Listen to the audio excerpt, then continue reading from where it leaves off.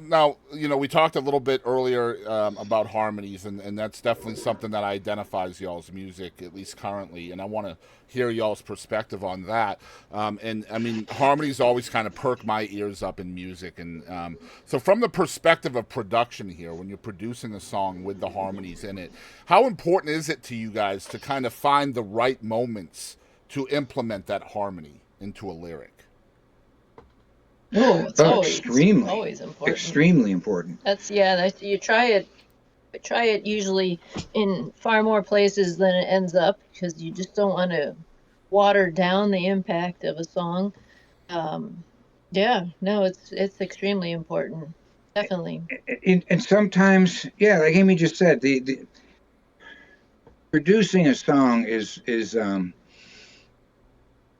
an interesting experience. I mean, there are a million ways to produce a song, and different producers, will have it come out differently. But for us, it is, where do the harmonies make the most point? Not always where is it the prettiest, Mm-hmm. but where does it serve the song the best and the lyric and what you're trying to get across. Kind of like Michael's emphasis, favorite, right? Yeah, yeah. yeah, one of Michael's favorite lines, production for any instrument, harmonies or any other instrument is, if it doesn't add, it detracts because you're just not trying to throw the whole kitchen sink. Just because you have a lot of great tracks and a lot of really wonderful musicianship, doesn't mean it all will have a place in a song.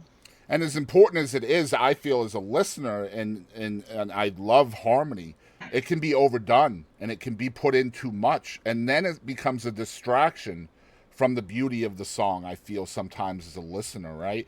Yeah, yeah, yep, So absolutely. when you guys are in the studio and you're coming up with your harmony parts and things like that, how much are you kind of foreshadowing the live performances of those songs? Or is that kind of already been Mhm. done because you've already tested that harmony out on live crowds prior to producing? It's both. Some of it you do that you've been playing with a song and you test it.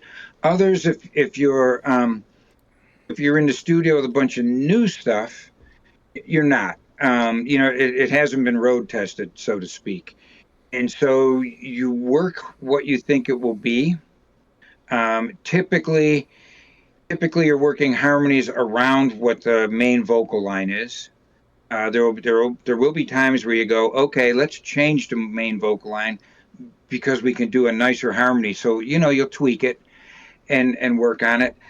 And then the sort of odd thing that happens is once you're out playing, without even realizing it, things start switching around. And every once in a while, you have to go back to what you recorded and go, "Oh, this is what the song was." Right. It's we're sort Mm-hmm. of we're sort of leaving this, and do we want to leave it, or are we happy with where it's going? The song's alive. That's just It's the a song is evolution not in. process of a song, right? Over the process of performing it dozens and dozens of times. Yeah, absolutely. Yeah. And I'm not quite ready to talk about the new single yet, but I'm kind of, I do want to make a point here on it.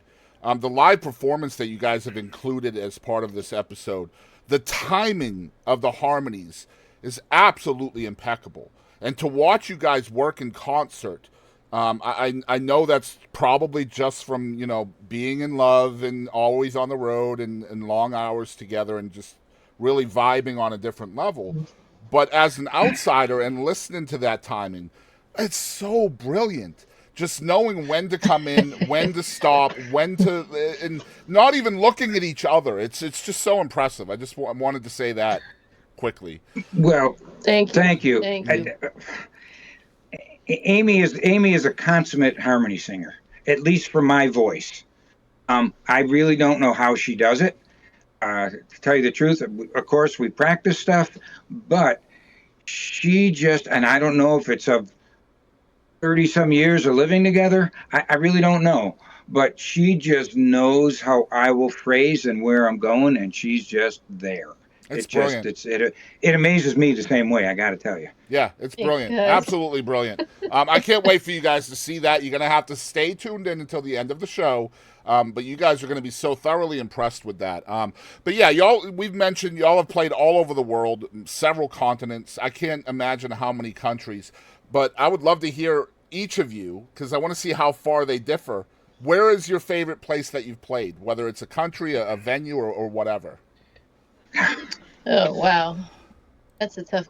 People ask us that from the sailing perspective of, oh, what's the favorite place you've been and blah blah blah, and it's like, really, there's probably one place I'd probably rather not go back to, but otherwise I'd go everywhere because you meet wonderful people. Every venue's special. I'm not sure. I mean, there was this one right on a little path in the Alps that's the border of Switzerland and Liechtenstein. It was in an old stable where Napoleon used to stable his horses, and we did a Christmas show in there that was all decorated. That was pretty magical. Again, the people were wonderful. It was a wonderful night, but that's not to take anything away from anywhere else, because we've had super super special times at a small farmhouse concert in East Texas. That it was just a magical night that ensued after the concert was done, and we sat around chatting with people and just had a wonderful night of exchanging stories. So you know all of those come down to the people. People. Well, Look at the Shaolin Lu. That was Yep. an amazing night. So I mean, yeah, I'm not. Well, I can't. I guess I can't answer. it's a tough one. One for You me. did answer though. You did. Well, one for me that was, and I tell stories about it in about every show. We were 1,000 miles off the coast of the U.S. and about 2,000 miles heading to Europe, off the coast of Europe. We left from Canada, from Halifax, and at one point we found ourselves surrounded by a pod of whales. It was unbelievable, unbelievable. And these whales were breaching all around us. I was so excited.